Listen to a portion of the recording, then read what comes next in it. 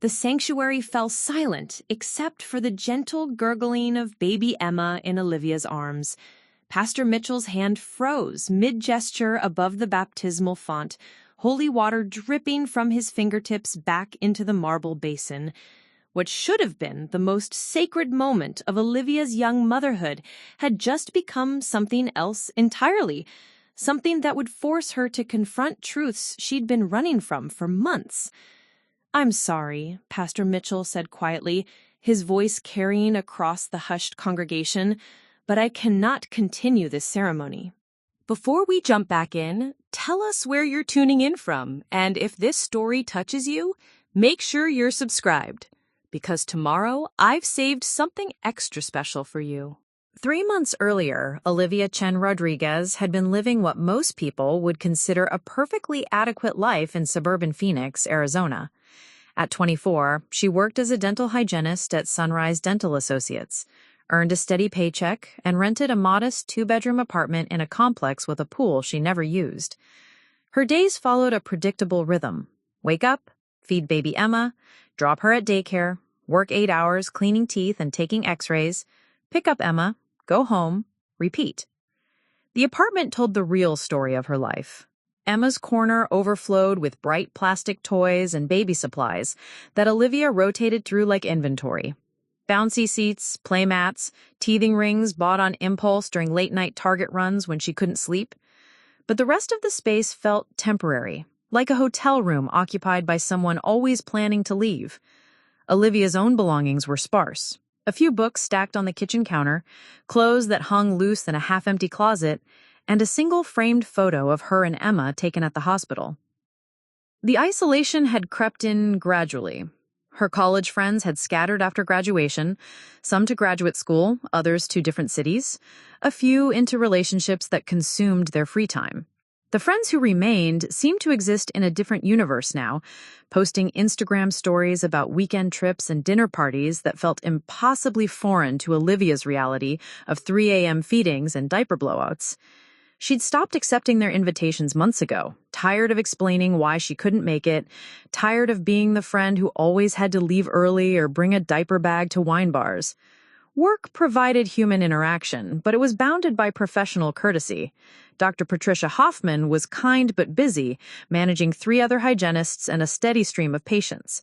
The other dental hygienists, Sandra and Maria, both in their 40s with teenage children, were friendly enough, but their conversations often centered around high school football games and college application stress that felt light years away from Olivia's daily concerns. The silence at home was the hardest part. Not the baby's crying. Emma was actually a remarkably easy baby, sleeping through the night by 2 months and rarely fussy. It was the adult silence, the absence of anyone to share the small moments with. When Emma first rolled over, Olivia had immediately reached for her phone to call someone, then realized she wasn't sure who to call. When Emma started sleeping longer stretches, Olivia found herself lying awake anyway, staring at the ceiling and wondering if this was how the next 18 years would feel. Her family's absence made everything harder. The Chen side, her mother's family, lived in Sacramento, a 6-hour drive that might as well have been across the country, given Olivia's current circumstances. Her mother, Linda Chen, called every Sunday with questions that felt like gentle interrogations disguised as concern. How are you managing? Are you eating enough? Are you getting out at all? The conversations left Olivia feeling simultaneously guilty for worrying her mother and frustrated that worry was apparently all she inspired now. The Rodriguez side was more complicated. Her father's family had strong opinions about unmarried mothers, opinions they'd made clear when Olivia's pregnancy first became evident. Not cruel exactly, but disappointed in a way that made family gatherings feel like performances where Olivia was always playing the wrong character. Her grandmother, Esperanza Rodriguez, still lit candles for Olivia's soul at St. Catherine's, a gesture that was meant to be loving but felt more like a constant reminder of her presumed moral failings. David Parker was a chapter Olivia had firmly closed. He'd been a co-worker at her previous job at a pediatric dentist's office, charming, funny, and completely unprepared for the reality of impending parenthood. When Olivia told him about the pregnancy at 12 weeks, he'd gone pale and started talking immediately about options and timing and not being ready. By her 20th week, he transferred to a different office across town. By her 30th week, he'd moved to Denver for what he called a fresh start. He sent a card when Emma was born, a generic congratulations card with a $50 gift card to Target tucked inside, and had been silent since. The financial pressure was constant, but manageable barely. Daycare costs ate up nearly half of Olivia's take-home pay, leaving her to carefully calculate every grocery trip and skip the small luxuries that once made life pleasant. She'd mastered the art of coupon apps and store brands, of buying Emma's clothes at consignment shops and her own nowhere at all. Her car, a 2018 Honda Civic with 90,000 miles, made a concerning noise when she turned left, but the repair estimate had been more than her monthly rent, so she'd learned to turn right whenever possible and live with the sound. But it was the emotional exhaustion that truly wore her down. The constant low-level anxiety about money, about making the right choices for Emma, about whether she was somehow damaging her daughter by raising her alone and overwhelmed. Olivia had read enough parenting articles to know that children could sense their caregiver's stress, which only added another layer of worry to her daily mental load. Was Emma absorbing her mother's anxiety? Would she grow up feeling like a burden? The decision to have Emma baptized had come during one of Olivia's particularly dark weeks in February. Emma had been fighting a mild cold. Daycare had been closed for a snow day that forced Olivia to use her last vacation day, and her apartment's heater had broken, leaving them bundled in blankets for 3 days while the landlord found a repair service. Sitting on her couch, holding a feverish Emma and listening to the heating unit wheeze back to life, Olivia had felt the weight of doing everything alone. She'd grown up attending St. Catherine's sporadically. Christmas, Easter, the occasional Sunday when her grandmother visited. Her faith had always been more cultural than deeply personal, but in that moment, the idea of giving Emma some connection to something larger than their small, isolated world felt important. Maybe it was superstition, maybe it was hope, but Olivia wanted Emma to have what she herself was struggling to find, a sense of belonging somewhere. Pastor Mitchell at Sacred Heart Community Church had been recommended by Sandra at work, whose own children had been baptized there years earlier. He was younger than Olivia had expected, probably in his 30s, with an easy smile and a way of talking about faith that felt practical rather than preachy. During their initial meeting, he'd asked thoughtful questions about Olivia's intentions and hadn't once mentioned Emma's father or Olivia's marital status. He'd simply scheduled the baptism for a Sunday in May and asked if Olivia had family members who would attend. That question had launched weeks of complicated phone calls. Her mother had immediately said yes and booked a flight from Sacramento. Her father's family had been more hesitant. Not refusing, exactly, but asking questions about the church's denomination and whether Olivia had been attending regularly. Her grandmother had eventually agreed to come, but not without expressing concern about whether this baptism would count, since it wasn't at a Catholic church. The tension had been building for weeks, subtle but persistent. Phone calls that started with baptism logistics but veered into questions about Olivia's long-term plans. Her uncle Roberto asking whether she'd considered moving back to Sacramento for the support. Her cousin Maria wondering aloud whether Emma would grow up confused about her cultural identity without more family involvement. Her mother gently suggesting that maybe this would be a good time to reassess everything. Olivia had pushed these concerns aside, focusing instead on the practical details. She'd bought Emma a beautiful white baptismal gown from a boutique downtown, spending more than she probably should have, but wanting this one day to be perfect. She'd arranged for a small reception afterward at her apartment. Nothing fancy, just cake and coffee and the chance for her scattered family to meet Emma properly. What she hadn't realized was that her family had been having their own conversations, making their own plans, reaching their own conclusions about what Olivia needed to hear and when she needed to hear it. The baptism, in their minds, wasn't just a religious ceremony, it was an opportunity. A moment when Olivia would be surrounded by people who loved her, in a sacred space with her daughter in her arms, hopefully receptive to some hard truths about her current path. The morning of the baptism, Olivia had felt surprisingly calm. Emma had slept well, taken her bottle without fussing, and looked angelic in her white gown. The May weather was perfect, sunny but not hot, with a gentle breeze that made the drive to Sacred Heart feel like a blessing in itself. Olivia had even managed to do her hair and wear a dress that made her feel pretty rather than just presentable. Standing in the church's foyer before the service, surrounded by her assembled family, Olivia had felt something she hadn't experienced in months, the warmth of being part of something larger than herself. Her mother held Emma while Olivia greeted relatives, her grandmother fussed over Emma's gown, and for a few precious minutes, everything felt normal and hopeful. She had no idea that in less than an hour, Pastor Mitchell would stop mid-ceremony, that her family's carefully planned intervention would shatter the peaceful morning, and that she would be forced to confront not just their concerns about her life, but her own buried fears about whether she was failing at the most important job she'd ever had, being Emma's mother. Preparing and narrating this story took us a lot of time, so if you are enjoying it, subscribe to our channel. It means a lot to us. Now, back to the story. The morning of Emma's baptism had started with what Olivia would later remember as deceptive perfection. She'd woken before her alarm, feeling rested for the first time in weeks. Emma had stirred gently in her crib, making the soft cooing sounds that meant she was content rather than hungry or uncomfortable. Even the Arizona sun seemed to cooperate, streaming through the bedroom window at just the right angle to make the white baptismal gown shimmer like something from a fairy tale. Olivia had taken extra care getting ready, applying makeup with the precision she usually reserved for job interviews, and choosing a navy dress that made her feel elegant rather than merely appropriate. She'd bought the dress specifically for this day, ignoring the small voice in her head that calculated how many diapers the money could have purchased instead. Today wasn't about practicality, it was about hope, about giving Emma something beautiful to mark the beginning of her spiritual journey. The drive to Sacred Heart Community Church felt almost ceremonial.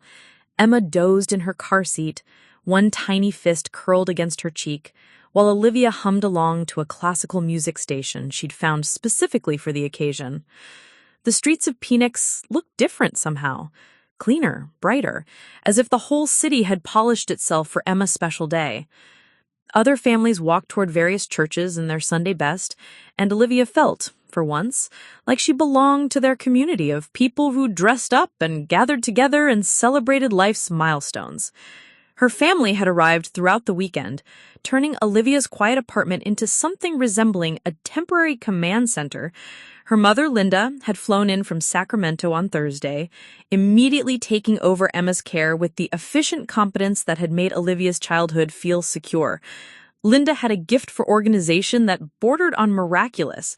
Within hours of arriving, she'd reorganized Olivia's kitchen cabinets, stocked the refrigerator with actual meals instead of the usual assortment of crackers and yogurt, and somehow made the small apartment feel more like a home. Uncle Roberto and Aunt Carmen had driven down from Tucson with their teenage daughter Sophia, who'd immediately claimed the role of Emma's devoted cousin. Sophia was 17, poised in the way that only teenagers who've never doubted their place in the world can be, and she'd taken hundreds of photos of Emma with the dedication of a professional photographer. Her easy confidence around the baby had reminded Olivia of everything she herself had never felt, that sense of knowing exactly what to do, when to do it, and never questioning whether she was qualified for the task. Grandmother Esperanza had been the last to arrive, driving herself from Tucson despite being 78 and despite everyone's concerns about her making the trip alone. She'd pulled up in her ancient Buick just as the sun was setting Friday evening, emerging from the driver's seat like a small but formidable general preparing to inspect her troops.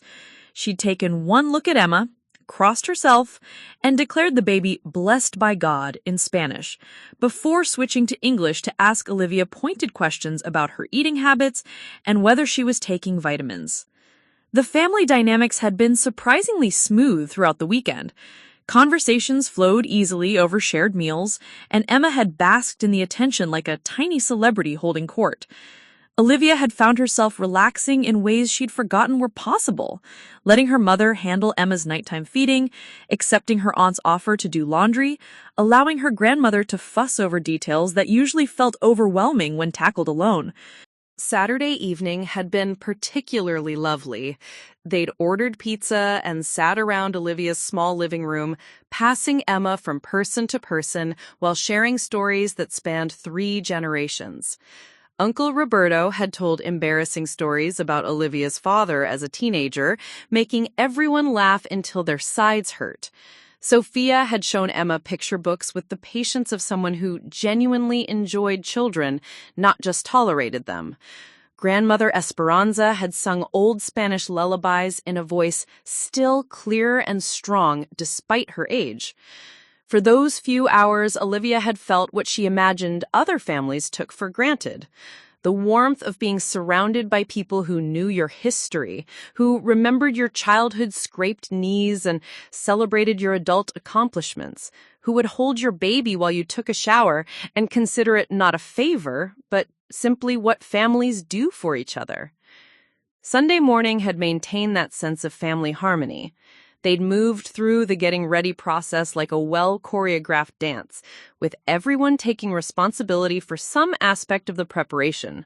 Linda had handled Emma's feeding and diaper change. Carmen had prepared a simple breakfast that everyone could eat without worrying about staining their church clothes. Sophia had taken more photos, while Esperanza offered a steady stream of advice about everything from the proper way to hold a baby during a ceremony to the importance of keeping holy water from touching Emma's eyes. The drive to Sacred Heart had involved a small caravan, Olivia and Emma in her Honda, Linda riding shotgun to help navigate, while the others followed in Roberto's SUV. They'd arrived 30 minutes early, giving everyone time to settle into the pew Pastor Mitchell had reserved for them in the front section of the sanctuary. Sacred Heart Community Church was exactly the kind of place Olivia had hoped for, welcoming without being overwhelming, traditional without feeling stuffy. The sanctuary had warm wood pews and stained glass windows that cast colored light across the altar, but the atmosphere was relaxed rather than formal. Other families with young children filled the space, and the gentle sounds of babies and toddlers created a backdrop that made Emma's occasional gurgling seem perfectly appropriate.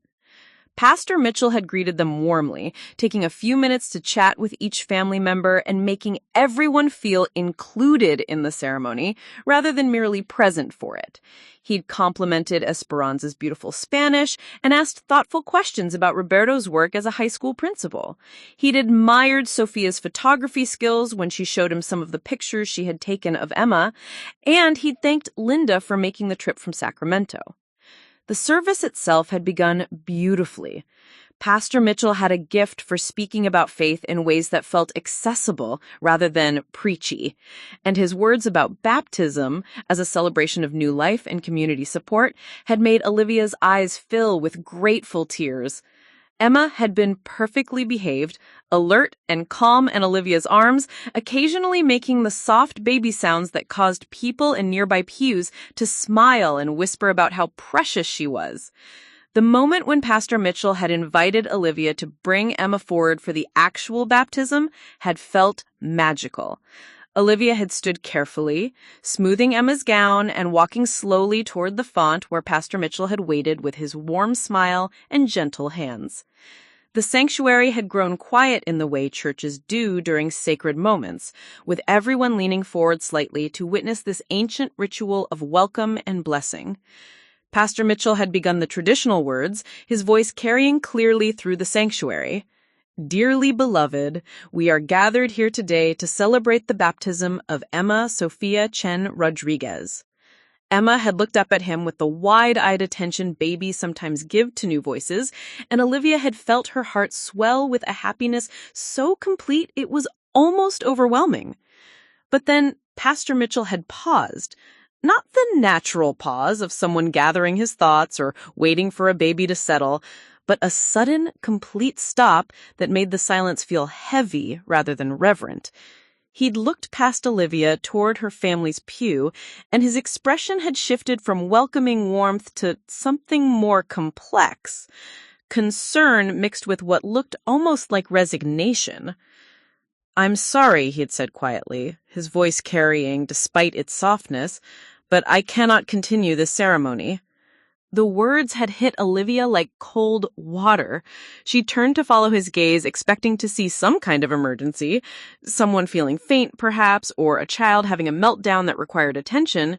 Instead, she'd seen her family looking back at her with expressions she couldn't immediately read. Not emergency, exactly, but something planned, something they'd all known was coming, except her. Her mother had risen first, her face gentle but determined in a way Olivia recognized from difficult conversations during her teenage years. Uncle Roberto had followed, his principal's demeanor suggesting this was a meeting he'd prepared for carefully. Aunt Carmen had stayed seated, but had leaned forward with the expression of someone ready to offer support. Sophia had looked genuinely confused, glancing between the adults as if trying to understand a conversation happening in a language she didn't speak. But it was Grandmother Esperanza's face that had made Olivia's stomach drop. Her grandmother looked sad, but not surprised, and she was holding a manila folder that Olivia was certain hadn't been in her lap moments before. "Mija," her mother had said, using the Spanish term of endearment that usually made Olivia feel loved, but now sounded almost patronizing. "We need to talk." The sanctuary had gone completely silent. Other families had stopped whispering, children had paused their quiet games, and even Emma had gone still in Olivia's arms, as if sensing the sudden shift in the room's energy. Pastor Mitchell had stepped back from the font, giving the family space while clearly remaining close enough to intervene if necessary. "This is not the time," Olivia had said, her voice sounding strange and formal in her own ears. "This is Emma's baptism. We can talk afterward." "No, mija," Uncle Roberto had said, his educator's voice kind but firm. "This is exactly the time. This is why we're all here." The realization had hit Olivia like a physical blow. This wasn't a coincidence. Her family hadn't gathered from different cities to celebrate Emma's baptism. They'd come to stage an intervention, and they'd somehow convinced Pastor Mitchell to stop the ceremony to make it happen. The sacred moment she'd been planning for weeks, the spiritual milestone she'd wanted to give Emma, had been hijacked and turned into something else entirely. Emma had begun to fuss, picking up on her mother's tension, and Olivia had automatically begun the gentle bouncing motion that usually soothed her. But her hands were shaking, and her mind was racing, trying to understand how the most important day of her daughter's short life had just been derailed by the people who were supposed to love and support them both. "Pastor Mitchell," Olivia had said, turning back to him with Emma still in her baptismal gown, "please continue the ceremony. We can handle family matters afterward." But Pastor Mitchell had looked genuinely apologetic as he'd shaken his head. "I'm sorry, Olivia. Your family came to me yesterday with some concerns, and after our conversation, I agreed that this needed to be addressed before we could proceed with Emma's baptism. This is a sacred ceremony, and everyone involved needs to be in agreement about what it means." The betrothal had been complete and devastating. Not only had her family planned this intervention without telling her, but they'd also recruited the pastor, a man she'd trusted, a man she thought understood her situation, to participate in their ambush. The church she'd chosen because it felt welcoming and non-judgmental had become the stage for what was clearly going to be a judgment of her choices, her life, and her fitness as Emma's mother. Standing at the altar of Sacred Heart Community Church, holding her daughter in her baptismal gown, while her entire family looked at her with expressions of concern and determination, Olivia realized that this moment would change everything. Whatever they were about to say, whatever intervention they'd planned, it was going to force her to confront questions about her life that she'd been carefully avoiding for months. The catalyst moment had arrived, and there was no going back. The silence in Sacred Heart Community Church stretched like a held breath. Olivia stood frozen at the altar, Emma's weight solid and warm in her arms, while dozens of strangers watched what should have been a private family moment unfold in their Sunday morning sanctuary. She could feel their eyes on her back, hear the whispered conversations starting in the rear pews as people tried to understand why a baptism had suddenly stopped mid-ceremony.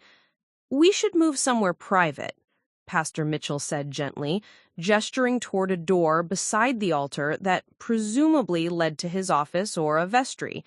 His voice carried the practiced calm of someone who'd mediated difficult conversations before, but Olivia caught the underlying tension that suggested this situation was unusual, even for him. "No," Olivia said, her voice stronger than she felt. "If you're going to humiliate me in front of a congregation, then let's do it here. Let's not pretend this is about privacy when you've already made it public." Her mother winced at the edge in Olivia's tone, but Uncle Roberto stepped forward with the measured authority he'd perfected during 20 years as a high school principal dealing with crisis situations. "Olivia, we're not here to humiliate you," he said, his voice carrying clearly through the sanctuary. "We're here because we love you and Emma, and we're worried about both of you." Worried enough to sabotage her baptism? Olivia shifted Emma to her other arm, the baby's white gown rustling against her navy dress. Emma had begun making the small fussing sounds that usually preceded full crying, picking up on the tension radiating from every adult in the room. Grandmother Esperanza stood slowly, using her cane for support, but moving with the determined purpose that had carried her through 7 decades of family crises. The manila folder in her other hand looked official and ominous, and when she opened it, Olivia could see papers covered with handwriting, printed emails, and what looked like financial documents.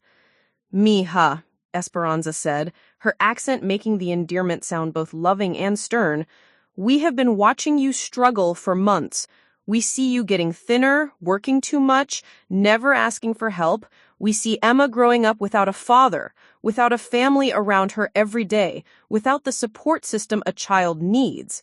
"Emma has me," Olivia said, bouncing gently as Emma's fussing increased. "She has a mother who loves her and provides for her and who is exhausted," Linda interrupted, stepping closer to her daughter.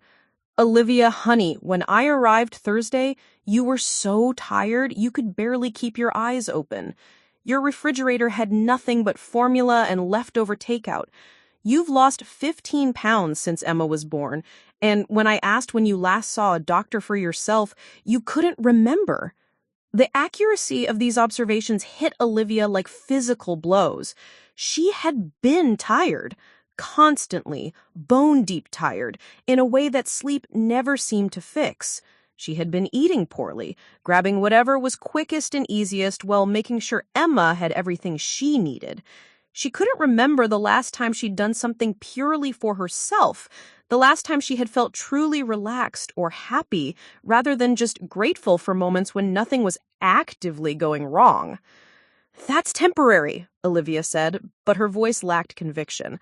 "All new mothers go through adjustment periods. Emma is only 4 months old." "It's been 4 months of you doing this alone," Aunt Carmen said, speaking for the first time. Her voice was gentle but pointed. 4 months of you trying to be everything to Emma without any support system, without any backup, without anyone to help you when you're sick or overwhelmed or just need a break." Sophia had been watching the exchange with wide eyes, clearly uncomfortable with being present for what was obviously meant to be an adult conversation. She was holding her phone, probably wanting to document Emma's baptism, but unsure whether photographing a family intervention was appropriate. The other families in the sanctuary were beginning to gather their belongings, sensing that this wasn't going to resolve quickly and that their presence was making an already difficult situation worse. Pastor Mitchell seemed to recognize the need for damage control. "Perhaps we could move this conversation to the fellowship hall. The other families could continue with their worship, and you could have the space you need to talk through these important matters." This time, Olivia nodded. Staying in the sanctuary was serving no purpose except to provide entertainment for strangers, and Emma was getting increasingly agitated. The move to the fellowship hall took several minutes, with the family filing out through the side door while the other congregants tried to pretend they weren't watching every step. The fellowship hall was a large, multi-purpose room with round tables scattered throughout and a small kitchen along one wall. Children's artwork covered a bulletin board near the entrance, and the morning sun streaming through tall windows gave the space a deceptively cheerful atmosphere. Pastor Mitchell closed the door behind them, providing the privacy that should have existed from the beginning. Olivia chose a chair at one of the tables and settled Emma against her shoulder, patting her back in the rhythm she'd perfected over months of soothing fussy moments. The familiar motion helped calm her own nerves as much as it helped Emma, giving her something to focus on besides the determined faces of her family members. "Show her the folder," Linda said quietly to Esperanza, and Olivia felt her stomach tighten. Whatever was in that manila folder had been carefully prepared, which meant this intervention had been planned for longer than just the past few days. Esperanza sat across from Olivia and opened the folder deliberately, like a lawyer presenting evidence. The first document she pulled out was a printout of Olivia's social media posts from the past 3 months, screenshots from Facebook and Instagram that someone had systematically collected and organized. "We see what you post online," Esperanza said, spreading the papers across the table. "Always smiling, always saying everything is great and perfect.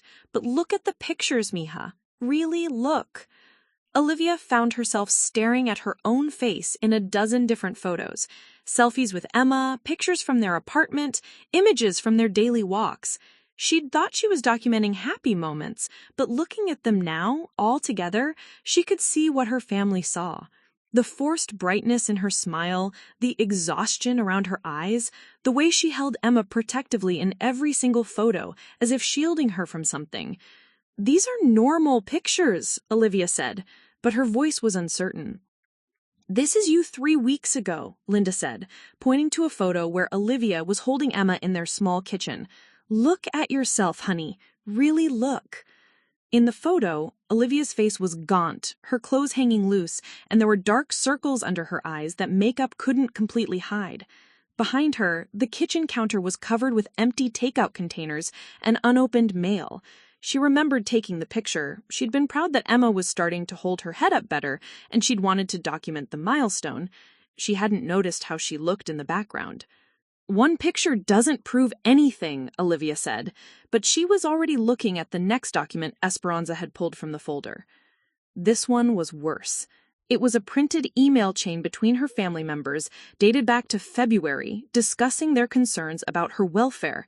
The subject line read, "Worried about Olivia and Emma," and the message thread showed months of observations, shared concerns, and growing alarm about her isolation and apparent struggle. "You've been talking about me behind my back for months," Olivia said, her voice rising despite Emma's presence against her shoulder. "Planning this intervention, collecting evidence, making decisions about my life without including me?" "Because you won't talk to us," Uncle Roberto said firmly.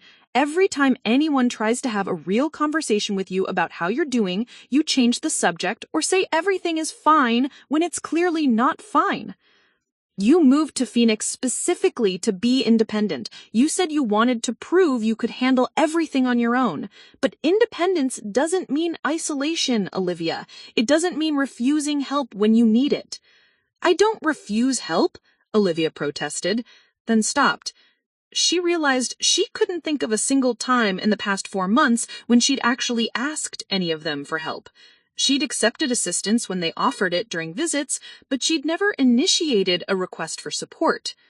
"When was the last time you called me just to talk?" Linda asked gently. "Not to give me an update about Emma or to respond to my calls, but to actually call because you wanted to share something or needed advice or just wanted to hear a familiar voice." Olivia couldn't answer. She couldn't remember the last time she'd called anyone just to talk. "When was the last time you did something for yourself?" Carmen asked. "Something that wasn't related to Emma or work. A movie, a book, a walk just because you wanted to walk?" Again, Olivia found herself without an answer. "When was the last time you laughed?" Sophia asked quietly, speaking for the first time since they'd left the sanctuary. "Really laughed. not just smiled for a picture. The questions hung in the air like accusations, each one highlighting a piece of Olivia's life that had somehow disappeared over the past 4 months. She'd been so focused on proving she could handle motherhood alone that she'd gradually eliminated everything that wasn't directly related to Emma's immediate needs or her own basic survival. Pastor Mitchell, who had been listening quietly, finally spoke. "Olivia, your family asked me to delay the baptism because they felt Emma needed to be part of a community, not just cared for by one person, no matter how loving that person is. Baptism is about welcoming a child into a family of faith, and they were concerned about what kind of community Emma was actually being welcomed into." The words stung because they contained uncomfortable truth. Emma's community consisted of Olivia, her daycare provider, and occasionally Dr. Hoffman when Olivia brought her to work during school breaks. That wasn't a community. It was barely a social circle. "So, what exactly are you proposing?" Olivia asked, shifting Emma to her other arm. The baby had calmed down during the conversation, seemingly soothed by the steady sound of adult voices, but Olivia could feel her own heart racing. Esperanza pulled out the final document from the folder, a handwritten plan that looked like it had been collaboratively created, with different handwriting contributing to various sections. "We want you and Emma to move to Sacramento," Linda said before Esperanza could speak. "I've already talked to Dr. Martinez about adding you to his dental practice. The pay would be better than what you're making here, and you'd have built-in childcare with me and your Aunt Patricia. Emma would grow up surrounded by family instead of struggling just with you. And if Sacramento doesn't appeal to you, Roberto and I would love to have you both in Tucson. The school district where I work has an opening for a dental hygienist in their employee health center. Sophia could help with babysitting, and Emma would have cousins nearby." "The point is," Esperanza said, her voice carrying the authority of family matriarch, "you don't have to do this alone. You're trying so hard to prove you're independent that you're forgetting Emma needs more than just a mother. She needs a family, a community, people who will love her and support her and be there for both of you." Olivia looked around the table at these people who had traveled hundreds of miles, planned for months, and coordinated with a pastor they'd never met before, all because they were worried about her and Emma. Their intervention had been manipulative and hurtful, but it had also been motivated by genuine love and concern. She thought about her empty apartment in Phoenix, her isolated daily routine, her growing exhaustion, and the way she'd been measuring success simply by whether she and Emma survived each day. She thought about Emma growing up as an only child with no extended family nearby, no cousins to play with, no grandparents to spoil her, no aunts and uncles to provide different perspectives and support. But she also thought about the life she'd built in Phoenix, small as it was, her job, her apartment, the independence she'd fought so hard to establish, the pride she'd felt in making it on her own, even if that independence had become more like isolation than she'd intended. The decision she made in the next few minutes would determine not just her own future, but Emma's entire childhood.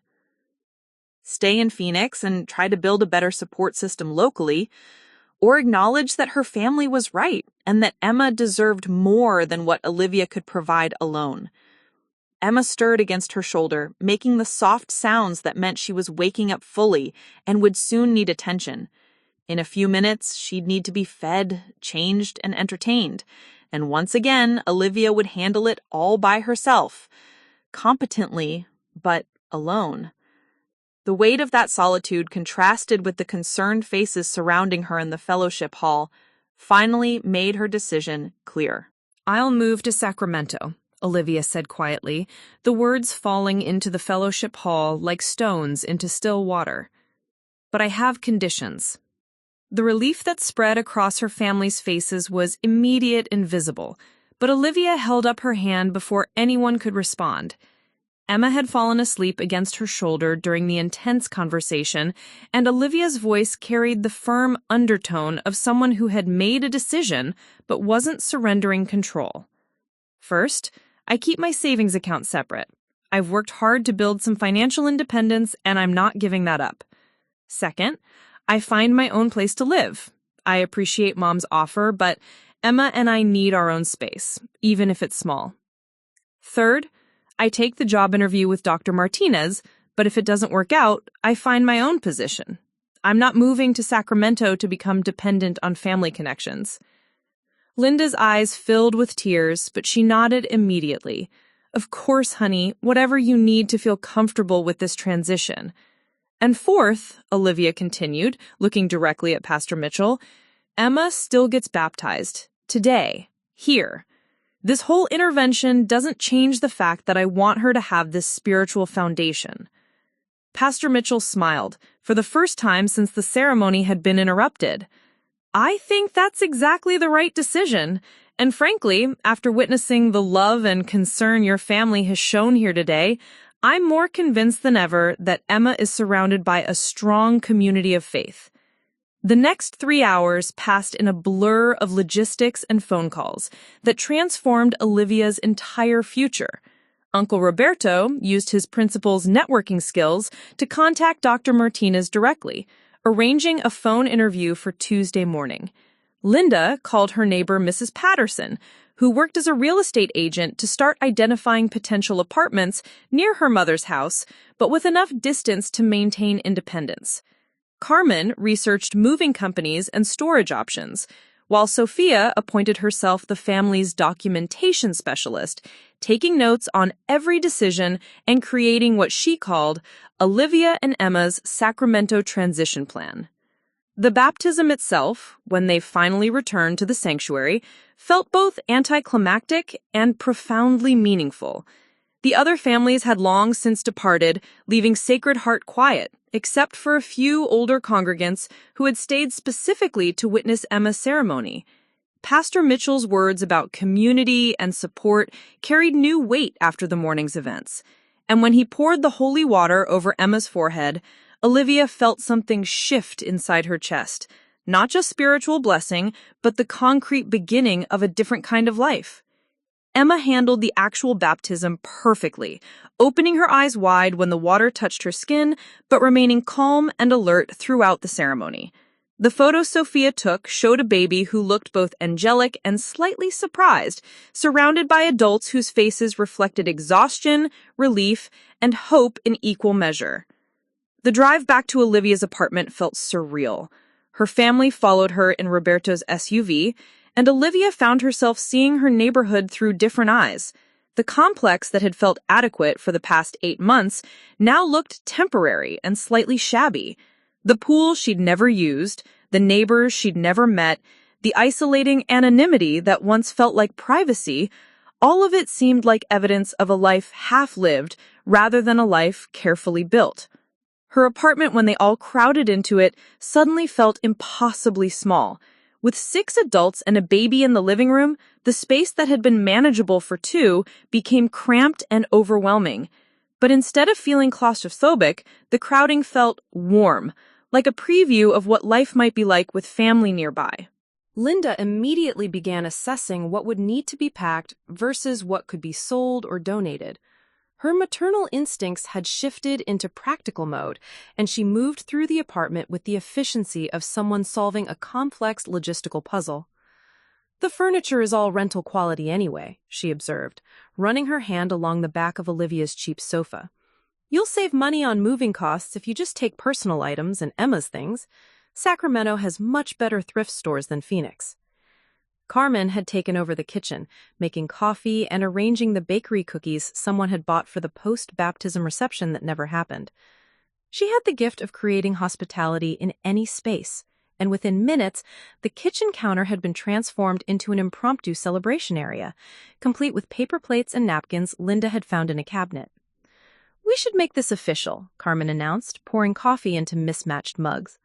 "A toast to Emma's baptism and to new beginnings." They gathered around the small dining table that Olivia had bought used when she first moved to Phoenix, each holding a coffee mug, while Emma dozed in her bouncy seat. The table that had usually felt too big for just Olivia now barely accommodated everyone, but the crowding felt celebratory rather than cramped. To Emma Sophia Chen-Rodriguez, Esperanza said formally, raising her mug.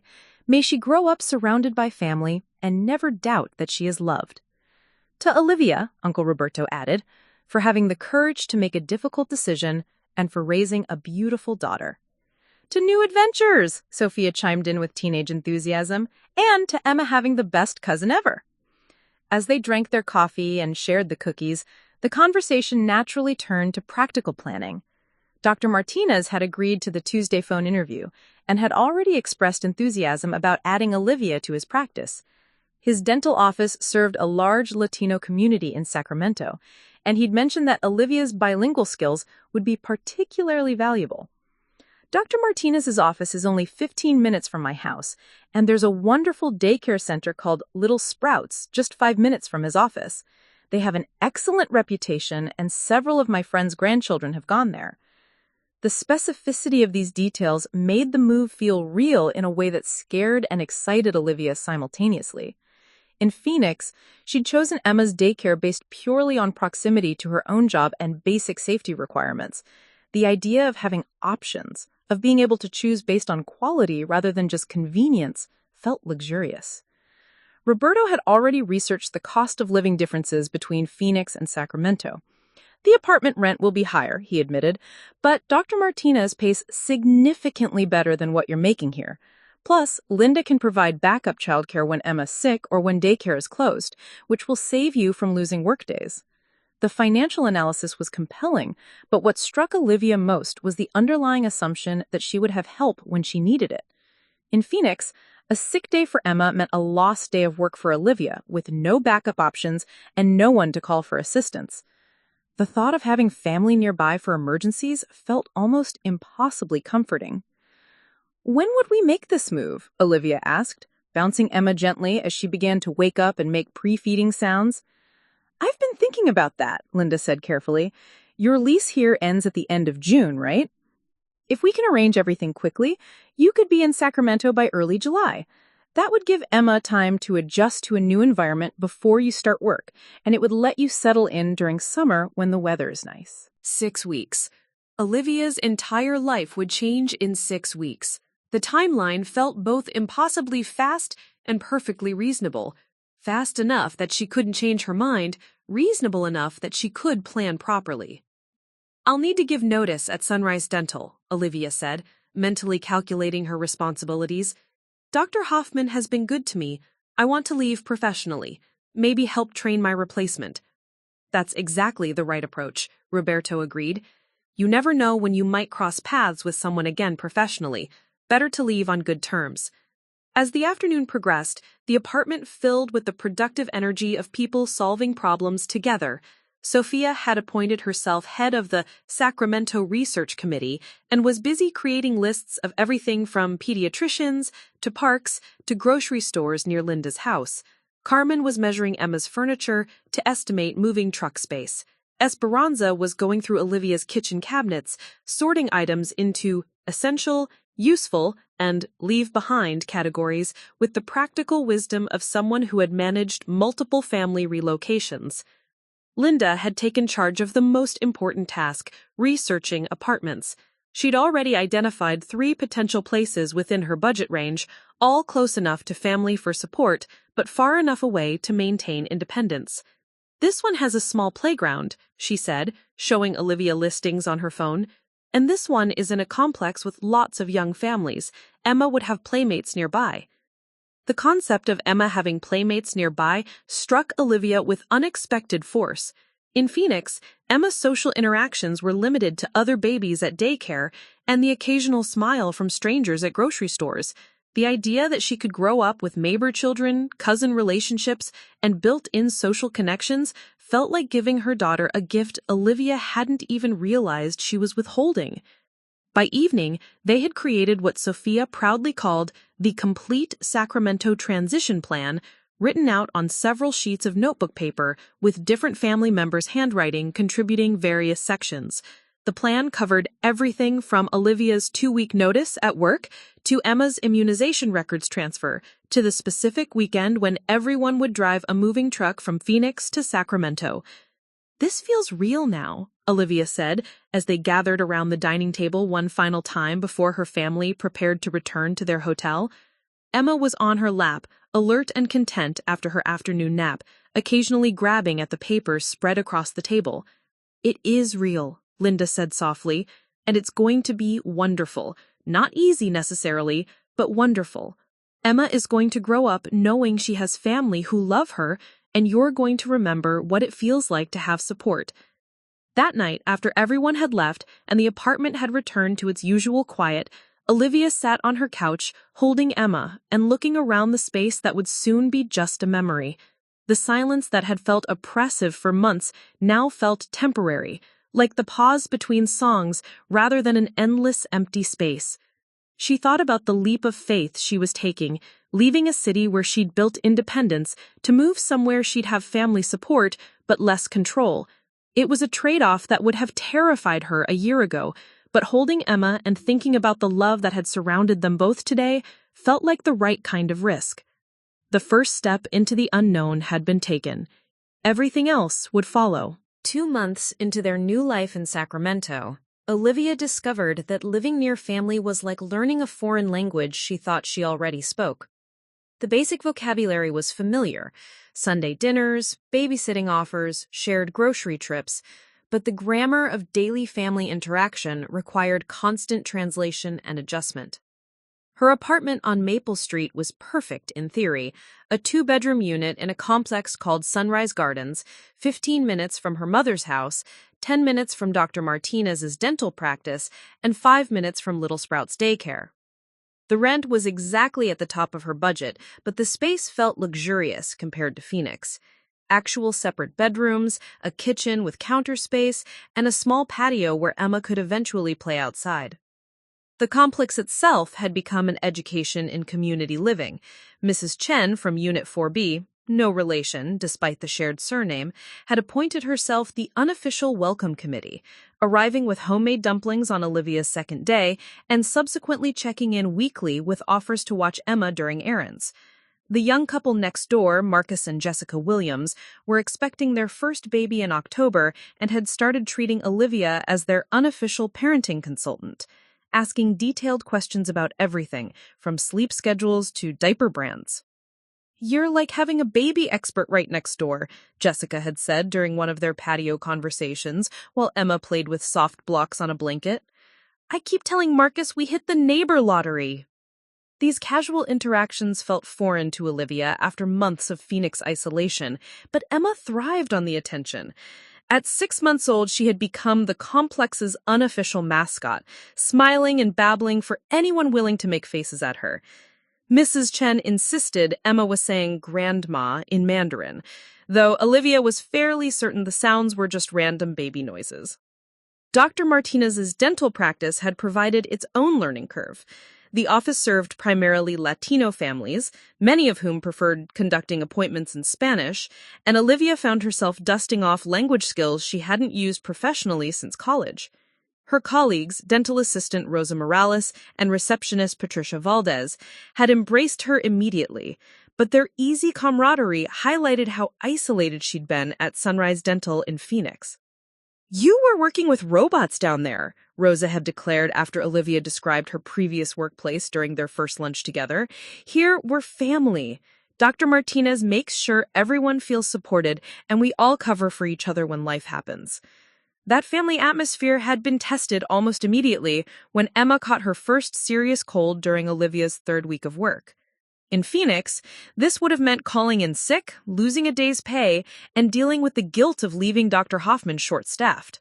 In Sacramento, Linda had appeared at Olivia's apartment at 7 a.m. with a thermometer, children's Tylenol, and a calm authority that made the situation manageable instead of catastrophic.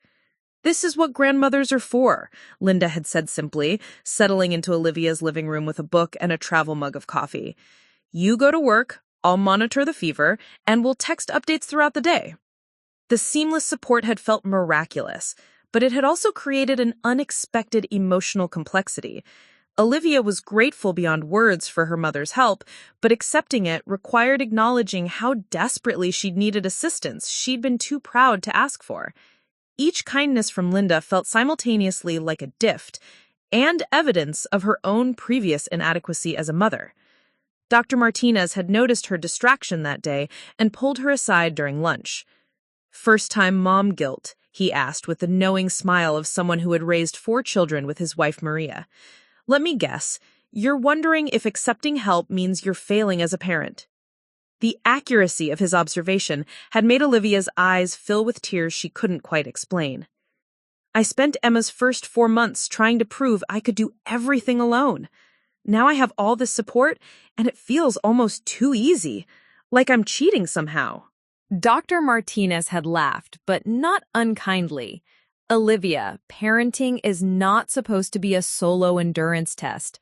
Children thrive when they're surrounded by people who love them. You're not cheating. You're finally doing it right." The wisdom in his words had been reinforced repeatedly over the following weeks. Emma's development seemed to accelerate with increased social interaction. She'd started sitting up independently just days after their move, as if inspired by the constant audience of family members cheering her progress. Her babbling had become more complex and purposeful, particularly when Linda spoke to her in a mixture of English and Mandarin that created a musical conversation neither grandmother nor granddaughter fully understood, but both clearly enjoyed. Sunday dinners at Linda's house had become Olivia's crash course in extended family dynamics. The first few gatherings had been small, just Olivia, Emma, and Linda, but word had spread through the Sacramento Chen network, and the dinners had gradually expanded to include Linda's sister Patricia, her husband Raymond, and their college-age son Michael, who was studying computer science at UC Davis. "Aunt Patricia makes the best wontons in Northern California," Linda had warned Olivia before the expanded dinner. "She's going to try to teach you her recipe, and you should let her, even if you never plan to make them. It's about connection, not cooking." The warning had proved accurate. Aunt Patricia had indeed insisted on a wonton-making tutorial that had taken up most of Sunday afternoon, with Emma sitting in her high chair watching the adults fold dough and fill it with seasoned pork. The process had been meditative and social simultaneously, with conversation flowing between English and Mandarin as naturally as the filling flowed into each wrapper. "Your Chinese is getting rusty," Patricia had observed as Olivia struggled with a particularly complex family story being told in rapid Mandarin. Emma should learn both languages. Children who grow up bilingual have cognitive advantages. The suggestion had led to Linda volunteering to speak exclusively Mandarin during her babysitting time, creating what she called Grandma's Language School. Within weeks, Emma was responding differently to Mandarin versus English, turning her head toward Linda's voice with particular attention when she heard the familiar sounds of her grandmother's native language. These linguistic developments had prompted Olivia to consider aspects of Emma's cultural education she'd never thought about during their isolated months in Phoenix. She'd begun researching Mandarin immersion programs for when Emma was older, exploring Chinese cultural events in Sacramento, and even considering taking refresher classes herself to better support Emma's bilingual development. The Rodriguez side of the family had required different navigation strategies. Uncle Roberto and Aunt Carmen had visited twice since the move, each time bringing Sophia, who had appointed herself Emma's official cousin and unofficial photographer. Sophia's teenage energy and genuine affection for Emma had created a bridge between generations, with the 17-year-old serving as translator for both cultural and generational differences. "Abuela Esperanza wants to visit next month," Carmen had mentioned during their most recent visit. "She's been telling everyone at church about Emma's baptism and how beautiful she looked, but she's worried about staying in hotels at her age." The implicit question, whether Esperanza could stay with Olivia, had sparked Olivia's first real test of boundary setting since the move. She wanted her grandmother to visit, wanted Emma to build a relationship with her great-grandmother, but the thought of hosting an elderly house guest in her still settling new home felt overwhelming. "She could stay with me," Linda had offered diplomatically, "but visit with you and Emma every day. That way, she's close, but you still have your own space." The compromise had worked perfectly when Esperanza arrived in August, filling 2 weeks with a rotating schedule of family meals, park visits, and long afternoons where 4 generations of women sat together while Emma crawled between them, exploring everything within reach. Esperanza had taught Emma to clap her hands, a skill that Emma had immediately deployed for maximum attention-getting effect. "She has Rodriguez determination," Esperanza had declared proudly as Emma clapped persistently until someone picked her up. "She knows what she wants and how to get it." The observation had made Olivia laugh, recognizing the trait in herself as much as in her daughter. Dr. Martinez's practice had also become a source of unexpected mentorship beyond professional skills. Maria Martinez, the doctor's wife, occasionally stopped by the office with their youngest daughter, who was 2 years old and fascinated by babies. Watching Maria balance motherhood, her part-time work as a Spanish translator, and her volunteer activities at their children's schools had provided Olivia with a model of how family and career could integrate rather than compete.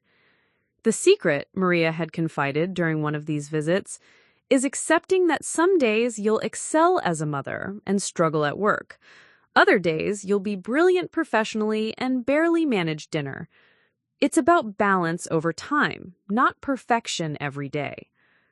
This philosophy had helped Olivia navigate the inevitable challenges of working motherhood with family support.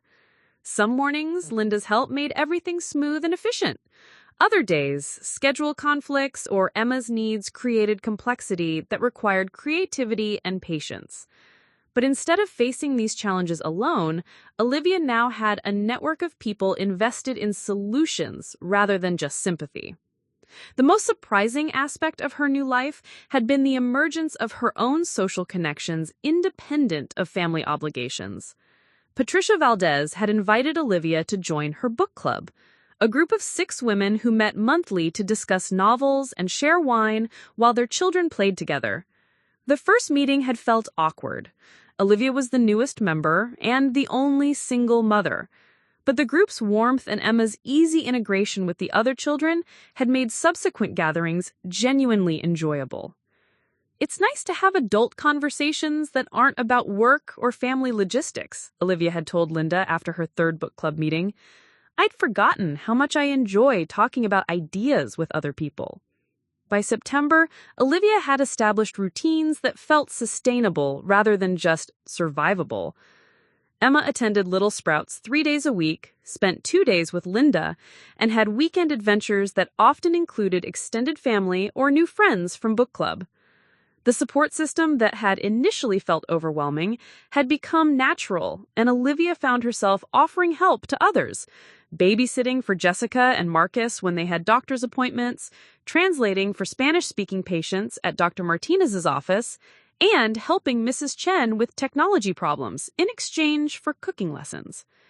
The transformation felt profound, but gradual, like growing into clothes that had initially seemed too big, but now fit perfectly. Emma was thriving in ways that went beyond basic health and happiness. She was developing confidence, curiosity, and social skills that came from being surrounded by people who delighted in her existence. And Olivia was learning that accepting help didn't diminish her competence as a mother. It enhanced it. The first sign that something was wrong came during what should have been a routine Tuesday morning at Dr. Martinez's office. Olivia was preparing the treatment room for their 9 a.m. patient when Rosa burst through the door, her usually cheerful face pale with worry. "Olivia, you need to call your mom immediately. She just called here looking for you. Something about Emma being rushed to the emergency room." The words hit Olivia like ice water. She fumbled for her phone with trembling hands, her mind racing through the worst possibilities. Emma had been fine that morning when Olivia dropped her at Linda's house. Happy, alert, babbling contentedly as her grandmother prepared breakfast. What could have gone wrong in just 2 hours? Linda answered on the first ring, her voice tight with controlled panic. "Olivia, we're at UC Davis Children's Hospital. Emma had what looked like a seizure around 8:30. She's stable now, but they want to run tests. Can you get here?" The drive to the hospital passed in a blur of traffic lights and half-remembered directions, with Dr. Martinez insisting on driving while Olivia sat in the passenger seat trying to process what was happening. A seizure. Emma was only 8 months old. Babies that young didn't just have seizures without serious underlying causes. Brain tumors? Genetic disorders? Infections that could cause permanent damage? "She's going to be fine," Dr. Martinez kept saying, but his voice carried the careful tone of someone offering comfort rather than medical certainty. Children's seizures often look much worse than they actually are. The doctors will figure out what happened. At the hospital, Olivia found Linda pacing the pediatric emergency waiting room, her usual composed demeanor replaced by the frantic energy of a grandmother who had watched her granddaughter stop breathing for 30 terrifying seconds. Emma was behind closed doors with medical professionals, and the separation felt unbearable. "Tell me exactly what happened," Olivia demanded, needing details to combat the catastrophic scenarios playing in her imagination. Linda's hands shook as she recounted the morning. "She was in her high chair, eating those little puffs she loves. I was making coffee, talking to her like always. Then she just stopped responding. Her eyes rolled back and her whole body went rigid. I called 911 immediately, but it felt like forever before the paramedics arrived." The emergency room doctor, Dr. Sarah Kim, emerged an hour later with a clipboard full of test results and the kind of measured expression that could mean anything. Emma was awake and alert, showing no immediate signs of distress, but the seizure was real, and they needed to determine the cause. "We're going to admit her overnight for observation and additional testing," Dr. Kim said. EEG to check brain activity, blood work to rule out infections or metabolic issues, and an MRI if necessary. Seizures in infants this young require thorough investigation. The word MRI made Olivia's knees weak. She'd seen enough medical dramas to know that brain scans were ordered when doctors suspected serious problems. The thought of Emma's tiny body being fed into a massive machine while searching for tumors or developmental abnormalities felt like a nightmare she couldn't wake up from. The pediatric ward at UC Davis Children's Hospital was designed to be child-friendly, with colorful murals and soft lighting, but to Olivia, it felt like a prison. Emma's room was filled with monitoring equipment that beeped constantly, tracking her heart rate, oxygen levels, and brain activity. Electrodes attached to her scalp with medical adhesive made her look fragile and vulnerable in a way that broke Olivia's heart. Linda had called the rest of the family, and by evening, the small hospital room was crowded with worried relatives. Uncle Roberto and Aunt Carmen had driven up from Tucson, arriving with Sophia, who immediately burst into tears at the sight of Emma connected to medical equipment. Aunt Patricia and Uncle Raymond had come from across town, bringing Michael, who awkwardly offered to help with anything that needed doing. "This is exactly what I was afraid of," Olivia said quietly to Linda as they stood together, watching Emma sleep fitfully in the hospital crib. "What if something happens to her and it's my fault for moving here? What if the stress of all the changes triggered this somehow?" "Honey, that's not how seizures work," Linda replied, but her voice lacked its usual confidence. "Dr. Kim said these things can happen to any baby, anywhere. It's not about stress or moving or anything you did." But Olivia's mind was already spiraling through worst-case scenarios. What if Emma had a serious neurological condition that required specialized treatment only available in major medical centers? What if the seizures continued and got worse? What if she'd brought Emma to Sacramento only to watch her daughter face medical crises that could have been handled better in Phoenix, where they'd been close to a major children's hospital? The guilt was overwhelming and irrational, but it felt completely real. Every decision she'd made since Emma's birth was now suspect.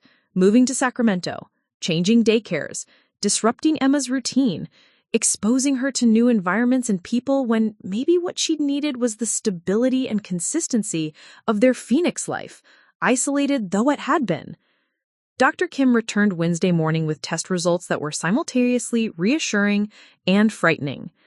The EEG showed normal brain activity, Blood work ruled out infections, metabolic disorders, and genetic conditions they could test for immediately. But the MRI had revealed something unexpected: a small area of scar tissue in Emma's brain, likely from an injury that occurred during birth but had gone undetected until now. It's called periventricular leukomalacia, Dr. Kim explained, using words that sounded like a foreign language. Basically, a small area of brain tissue was damaged, probably due to oxygen deprivation during delivery. It's not uncommon, and many children with PVL develop completely normally, but it can sometimes cause seizures, and we'll need to monitor Emma carefully going forward. The medical terminology felt like a verdict. Emma had brain damage. Not severe, perhaps not even significant, but permanent damage that could affect her development, her learning, her entire future. And Olivia hadn't even known it existed until now. "What does this mean for her long-term development?" Olivia asked, her voice barely above a whisper. "It's too early to say definitively," Dr. Kim replied, with the careful honesty of a doctor who delivered this kind of news many times. Some children with PVL develop normally and never have another seizure. Others may experience developmental delays, learning difficulties, or ongoing seizure disorders. We'll need to monitor her carefully, possibly start anti-seizure medication, and connect you with early intervention services. Early intervention services. The phrase implied that Emma would need help, support, specialized care that went beyond what typical children required. All of Olivia's dreams of normal childhood milestones, first words, first steps, starting school, now came with asterisks and question marks. The discharge process took most of Thursday, filled with appointments with social workers, referrals to pediatric neurologists, and prescriptions for medications that came with long lists of potential side effects. Emma would need EEGs every 3 months, developmental assessments every 6 months, and immediate medical attention if any seizure-like symptoms recurred. "You'll also want to connect with the regional center," the hospital social worker, Jennifer Martinez, explained as she handed Olivia a folder full of resources. "They provide early intervention services for children with developmental concerns. Emma qualifies for evaluation based on her diagnosis." Driving home from the hospital, Emma sleeping peacefully in her car seat as if the past 3 days had never happened, Olivia felt the weight of uncertainty settling over her like fog. The daughter she'd thought she knew, healthy, developing normally, with a bright and uncomplicated future, had been replaced by a child with a medical condition that could mean anything or nothing. Linda, who had insisted on driving them home, seemed to sense Olivia's mental state. "You know this doesn't change who Emma is, right?" she said gently. "She's still the same baby who claps her hands when she's happy and babbles in 2 languages and charms everyone she meets." "But what if it gets worse?" Olivia asked, voicing the fear that had been consuming her since the diagnosis. "What if the seizures become frequent? What if she has developmental delays? What if I can't handle specialized medical needs while working full-time?" The questions hung in the car like accusations. Olivia realized she was experiencing a more profound version of the isolation she'd felt in Phoenix, but with higher stakes. In Phoenix, her biggest worry had been whether she was providing enough stimulation for Emma's development. Now she was facing the possibility that no amount of stimulation might be enough, that Emma might need interventions and support that went far beyond what any single parent could provide. That evening, as family members took turns holding Emma and pretending everything was normal, Olivia found herself mentally cataloging everything that could go wrong. What if Emma needed speech therapy, physical therapy, occupational therapy? What if she required special education services? What if the seizures returned and became uncontrollable? What if Olivia had to choose between her career and Emma's medical needs? The support system that had felt so comforting just days earlier now felt insufficient for the challenges they might be facing. Linda was wonderful with typical childhood concerns, but neither she nor anyone else in the family had experience with neurological conditions or developmental delays. Dr. Martinez's practice was excellent for routine dental care, but what if Emma's medical needs required frequent time off for specialist appointments? Sophia, who had been unusually quiet since arriving at the hospital, finally approached Olivia as the evening wound down. "Are you going to move back to Phoenix?" she asked bluntly, with the directness that only teenagers could manage. The question caught Olivia off guard because it had been lurking in her own mind. Phoenix had major medical centers, specialized pediatric care, resources that Sacramento might not offer. Maybe the smart thing would be to return to a place with more medical options, even if it meant giving up the family support they'd found here. "I don't know," Olivia admitted. "I don't know anything anymore." That night, alone in her apartment with Emma sleeping fitfully in the next room, Olivia sat on her couch and felt the foundation of her new life cracking beneath her. The move to Sacramento had been about giving Emma family support and community connections. But what if what Emma really needed was access to the best possible medical care, regardless of where family lived? For the first time since the baptism intervention, Olivia wondered if she'd made a terrible mistake. The isolated independence of Phoenix suddenly seemed preferable to the complicated interdependence of Sacramento, especially when that interdependence might not be enough to help Emma with challenges that none of them understood. The crisis had revealed the limits of family support and forced Olivia to confront the possibility that love and good intentions might not be sufficient for what lay ahead. The breakthrough came 3 weeks after Emma's diagnosis, in the most unexpected place possible, the waiting room of the Sacramento Regional Center during Emma's first early intervention evaluation. Olivia sat holding Emma on her lap, surrounded by other parents whose children had various developmental challenges, and for the first time since the hospital crisis, she didn't feel alone in her fear. The woman sitting across from them, Maria Santos, was bouncing a toddler who looked about 18 months old. The little boy, Diego, was making repetitive hand movements and hadn't made eye contact with anyone since they'd arrived, but his mother's face showed no anxiety or embarrassment, just the patient attention of someone completely comfortable with her child's way of being in the world. "First evaluation?" Maria asked, noticing Olivia's nervous energy as Emma babbled happily, seemingly unaware that she was here to be assessed for potential delays. "Yes," Olivia admitted. "Emma had a seizure a few weeks ago, and they found some brain damage from birth. I'm not sure what to expect from any of this." Maria's expression softened with recognition. "Diego has autism. We've been coming here for 8 months now. I remember that first appointment. I was convinced they were going to tell me everything I'd feared about his development." "What did they tell you?" Olivia asked, genuinely curious rather than just making polite conversation. "That he was perfect exactly as he is, and that their job was to help him communicate with the world in ways that work for him, not to change him into someone different." Maria adjusted Diego on her lap as he stimmed contentedly. "Best thing anyone ever said to me about parenting." The simplicity of that perspective hit Olivia like a revelation. For 3 weeks, she'd been focusing on what might be wrong with Emma, what challenges lay ahead, what special accommodations might be needed. She hadn't considered that Emma was already perfect as herself, and that any interventions would be about supporting her natural development rather than fixing something broken. When their appointment was called, Olivia felt calmer than she had since leaving the hospital. The evaluation team consisted of 3 specialists: Dr. Angela Torres, a developmental pediatrician, Sarah Kim, a speech-language pathologist, and Jennifer Wu, an occupational therapist. Their office was filled with colorful toys and assessment materials designed to look more like play equipment than medical devices. "We're going to observe Emma playing and interacting," Dr. Torres explained, as they settled into a comfortable room with mats on the floor. "We want to see what she's naturally drawn to, how she responds to different stimuli, and what her current skill levels are. This isn't about pass or fail. It's about understanding Emma's unique profile." For the next hour, Olivia watched her daughter charm 3 professionals while demonstrating skills she hadn't even realized Emma possessed. Emma reached for toys with purpose, transferred objects between her hands with coordination, and responded to her name consistently.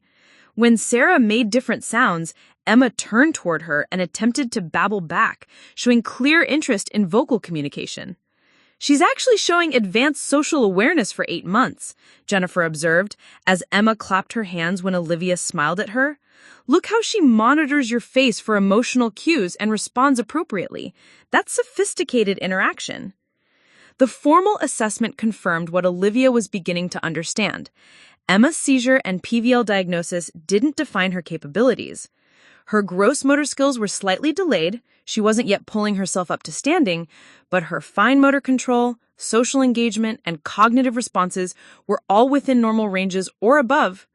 The PVL appears to be affecting primarily her motor planning, Dr. Torres explained as they reviewed the results. She may need some physical therapy support to develop strength and coordination, but her cognitive development looks excellent. Many children with similar brain scans develop completely typically with early support. The word support had transformed in meaning over the course of the evaluation. Instead of sounding like acknowledgement of failure, it now sounded like a toolkit for success. Emma would qualify for physical therapy twice a month, which would be provided at home by specialists who understood infant development. The regional center would also assign a developmental specialist to check in quarterly and adjust services as Emma grew. The key thing to remember, Sarah added, is that early intervention isn't about accelerating development or making Emma normal. It's about giving her the best possible foundation for whatever her natural trajectory turns out to be. Driving home from the appointment, Emma sleeping peacefully in her car seat, Olivia felt something shift fundamentally in her understanding of motherhood and challenge. Instead of viewing Emma's diagnosis as a crisis to be managed, she was beginning to see it as information to be used. Emma might need physical therapy, but she would receive excellent care. She might have seizures, but they were manageable with medication and monitoring. She might face challenges, but she would face them with support and expertise that Olivia never could have provided alone. That afternoon, instead of calling Linda immediately with an update, Olivia decided to process the evaluation results herself first.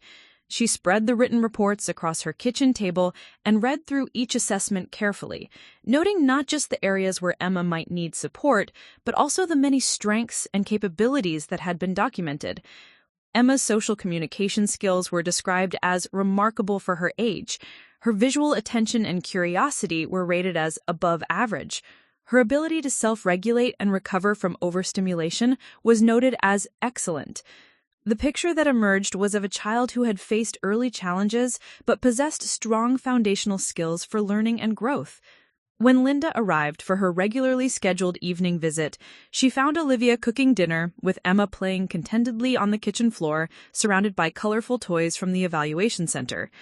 "You look different," Linda observed, settling into a chair to watch Emma explore a textured ball with intense concentration. "More relaxed than you've been since the hospital." "I think I've been approaching this all wrong," Olivia said, stirring pasta while keeping one eye on Emma's play. "I've been so focused on what the PVL might mean for Emma's future that I forgot to pay attention to who she is right now." "What do you mean?" "Look at her," Olivia said, gesturing toward Emma, who had successfully maneuvered herself into a sitting position and was now examining the ball with the systematic thoroughness of a tiny scientist. "She's curious, engaged, social, determined.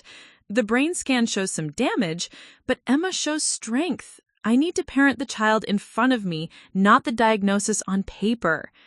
Linda smiled, recognizing something familiar in Olivia's tone. "That sounds like the daughter I raised, practical, thoughtful, and fiercely protective of the people she loves." That evening, Olivia made a series of phone calls that marked a turning point in her approach to Emma's care. She scheduled Emma's first physical therapy session, researched local parent support groups for children with special needs, and signed up for infant CPR training to feel more prepared for potential seizure episodes.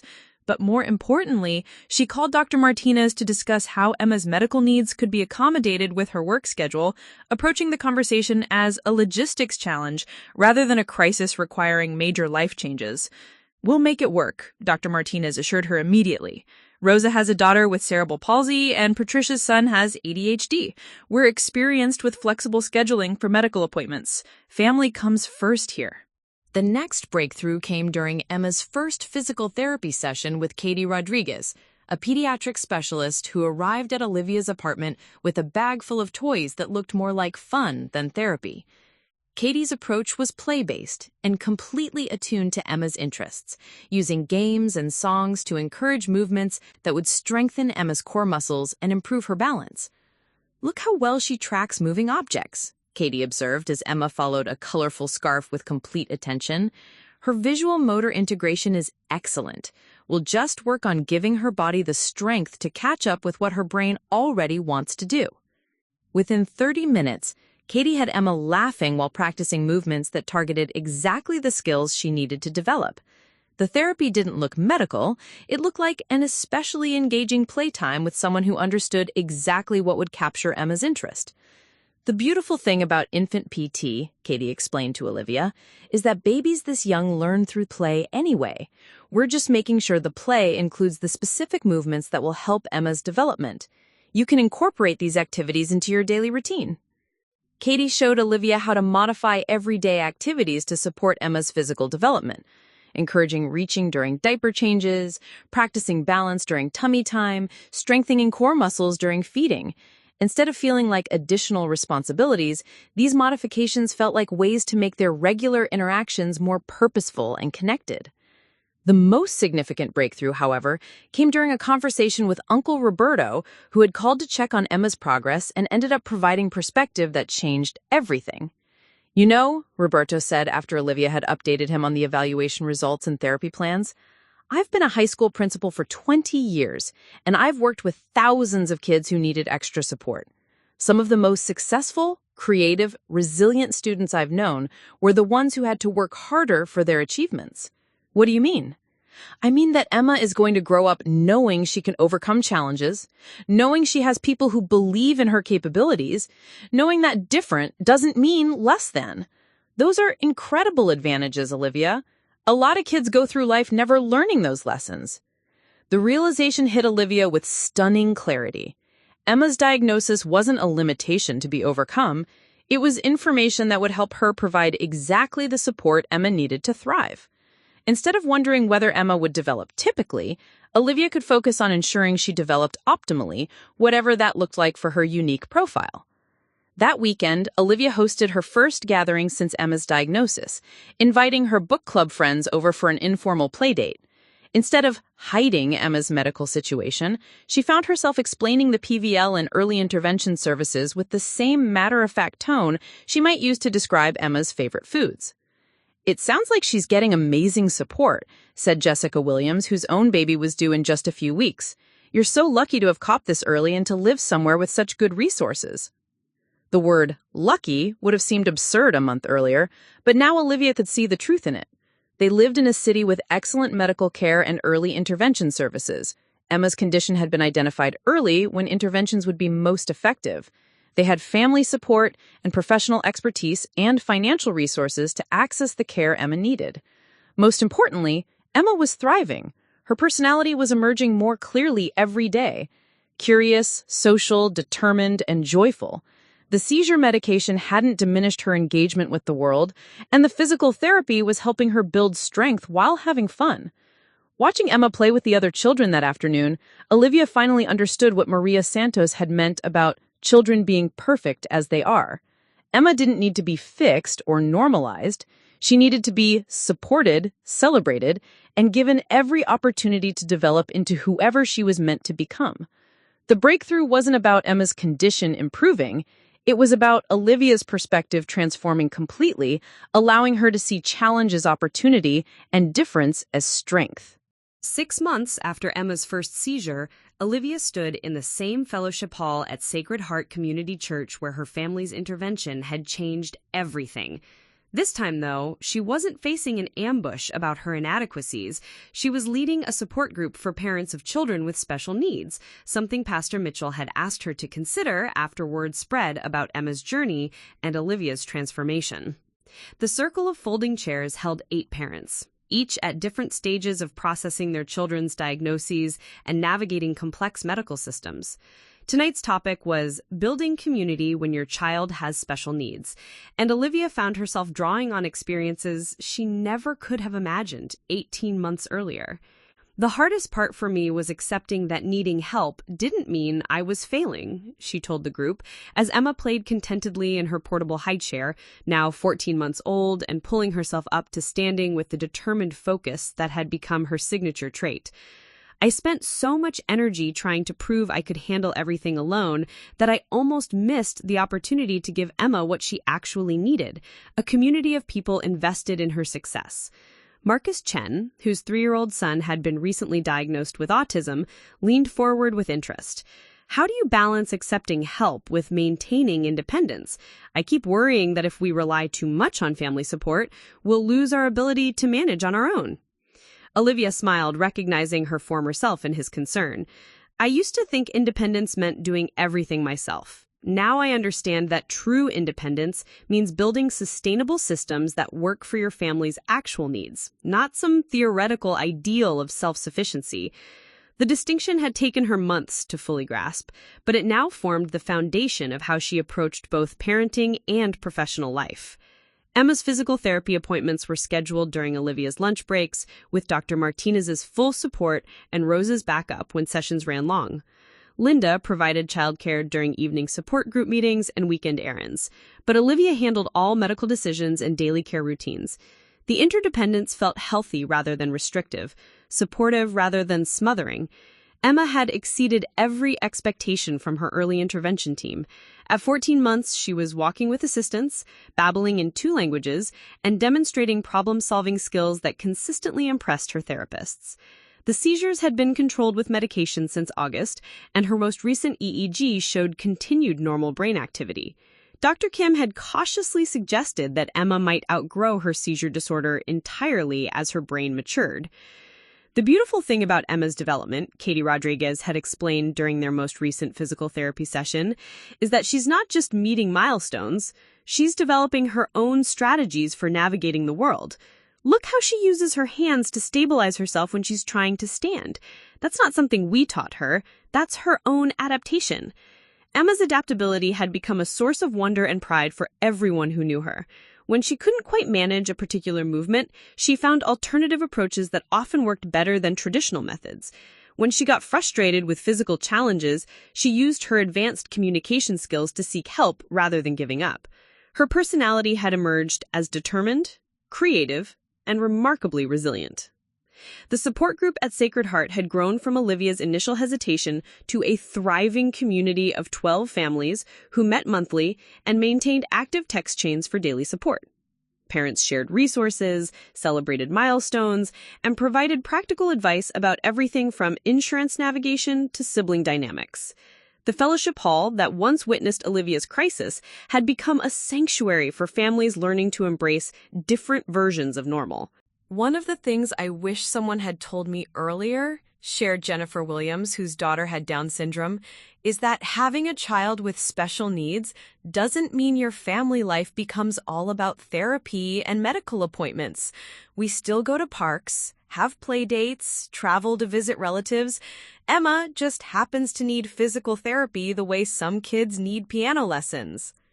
The comparison made everyone laugh, including Olivia, who had initially struggled to see Emma's therapy as anything other than evidence of medical necessity. Now, watching Emma practice walking between chairs while giggling at her own accomplishments, the therapy sessions felt more like specialized play dates than medical interventions. Olivia's professional life had also stabilized into a rhythm that accommodated Emma's needs without sacrificing career satisfaction. Dr. Martinez had been true to his word about family-first policies, and the practice had actually benefited from Olivia's experience navigating medical systems. She'd become the staff member other parents sought out when they needed advice about pediatric specialists or early intervention services. And Dr. Martinez had started referring families to resources Olivia had discovered through Emma's care. Having team members who understand complex family situations makes our practice stronger, Dr. Martinez had told Olivia during her recent performance review. "You bring perspective and compassion that comes from lived experience. That's valuable, both professionally and personally." The recognition had led to Olivia taking on additional responsibilities as the practice's family liaison, helping Spanish-speaking families navigate referrals to specialists and connecting parents with children who had special needs. The role felt meaningful in ways that went beyond the modest salary increase. She was using her own challenging experiences to help other families avoid some of the confusion and isolation she initially faced. Emma's extended family had grown into their roles as advocates and supporters with surprising expertise. Linda had become fluent in physical therapy terminology and could discuss motor planning strategies with professional competence. Uncle Roberto had researched special education law and could explain IEP processes better than many school administrators. And Carmen had learned infant CPR and seizure first aid, making her a confident backup caregiver when Olivia needed to travel for work conferences. It's interesting how Emma's needs brought out capabilities in all of us that we didn't know we had, Linda had observed during a recent Sunday dinner as they watched Emma navigate between coffee table and couch with increasing confidence. I never thought I'd become an expert on pediatric neurology, but here we are. Sophia, now a senior in high school, had written her college application essay about being Emma's cousin and learning about resilience and different kinds of intelligence. The essay had been accepted to 3 universities with scholarship offers, and Sophia credited her experience with Emma for helping her choose a major in special education. Emma taught me that intelligence comes in lots of different forms, Sophia had explained to Olivia when sharing her college acceptance letters. I want to work with kids who need advocates, like Emma has in all of us. The ripple effects of Emma's journey had extended far beyond their immediate family. Mrs. Chen from the apartment complex had started a weekly playgroup for children with and without special needs, creating an inclusive community space that benefited all the families. Jessica and Marcus Williams had chosen their pediatrician based on Olivia's recommendation and felt more prepared for their own son's development because of conversations with Olivia about early childhood milestones. The book club had evolved to occasionally feature selections about disability, neurodiversity, and family resilience, with discussions that were both educational and deeply personal. Olivia found herself becoming an informal educator about special needs topics, helping friends understand that children like Emma weren't inspiration stories or tragedies. They were simply children who needed thoughtful support to reach their potential. The thing people don't understand, Olivia had told the book club during a discussion about memoirs by parents of disabled children, is that Emma's life isn't defined by her medical diagnosis any more than any child's life is defined by their specific characteristics. She's funny, curious, social, and stubborn. The PVL is just one piece of information about her, like knowing she has brown eyes or prefers sweet potatoes to carrots.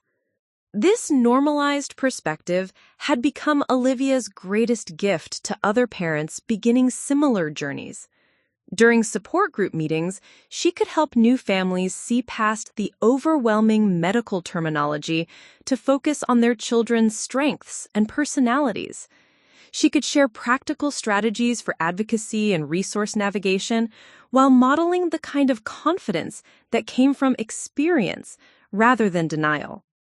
As the support group meeting ended that November evening, parents exchanged hugs and made plans for their children to play together over the weekend. Emma waved goodbye to her favorite adults and babbled contentedly as Olivia packed up the portable high chair and diaper bag that had become standard equipment for any outing. Driving home through Sacramento's tree-lined streets, Emma dozing in her car seat after a busy day of therapy, playgroup, and social interaction, Olivia reflected on the transformation that had brought them to this point. The woman who had once measured success by how well she could manage alone now measured it by how effectively she could coordinate the support network that helped Emma thrive. The apartment that had once felt temporary now felt like home, filled with adaptive equipment that made Emma's daily activities easier and family photos that documented milestones both typical and unique.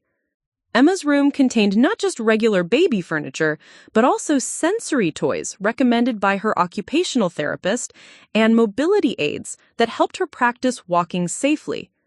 Most remarkably, Olivia had discovered that she enjoyed being part of a community of families facing similar challenges. The isolation that had once felt protective now seemed unnecessary and limiting. Emma was growing up surrounded by children and adults who understood that differences were normal and that everyone needed some kind of support to reach their potential. The best thing we did, Olivia would tell parents just beginning their special needs journey, was stop trying to make Emma's life look like everyone else's and start building the life that actually worked for Emma. Once we did that, everything else fell into place. The baptism that had been interrupted by family intervention had finally achieved its intended purpose. Emma was surrounded by a community of faith, love, and unwavering support. It just looked different than anyone had originally planned, and it was more beautiful than anyone could have imagined. Up next, you've got 2 more standout stories right on your screen. If this one hits the mark, you won't want to pass these up. Just click and check them out. And don't forget to like, subscribe, and turn on the notification bell so you don't miss any upload from us.